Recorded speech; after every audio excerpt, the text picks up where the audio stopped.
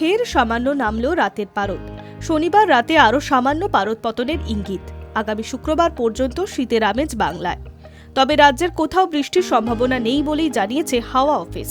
মূলত শুষ্ক আবহাওয়া থাকবে বঙ্গে। দিন ও রাতের তাপমাত্রা স্বাভাবিকের নিচে থাকার পূর্বাভাস বৃহস্পতিবার পর্যন্ত। পশ্চিম বর্ধমান, বীরভূম এবং মুর্শিদাবাদ জেলায় ঘন কুয়াশা থাকবে। বাকি জেলায় ভোরের দিকে হালকা থেকে মাঝারি কুয়াশা থাকবে। বেলা বাড়লে পরিষ্কার আকাশ হবে। দক্ষিণবঙ্গে আগামী শুক্রবার পর্যন্ত বৃষ্টির কোনো সম্ভাবনা নেই। তবে রাত এবং দিনের পারদ স্বাভাবিকের নিচে থাকবে। শীতের আমেজ বহাল থাকবে বলে পূর্বাভাস আবহাওয়া দপ্তরের।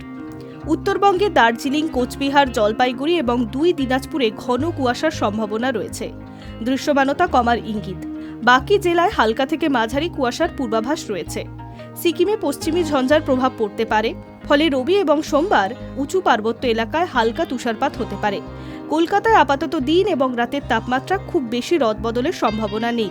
14 থেকে 15 ঘরে ঘোরাফেরা করবে পারদ। বহাল থাকবে শীতের আমেজ। আগামী 6 দিন বৃষ্টির কোনো সম্ভাবনা নেই। কলকাতায় রাতের তাপমাত্রা 15 ডিগ্রিতেই থাকছে। দিনের তাপমাত্রা 24 ডিগ্রিতেই থাকছে। জলীয় বাষ্পের পরিমাণ 54 থেকে 94%। Hi news network.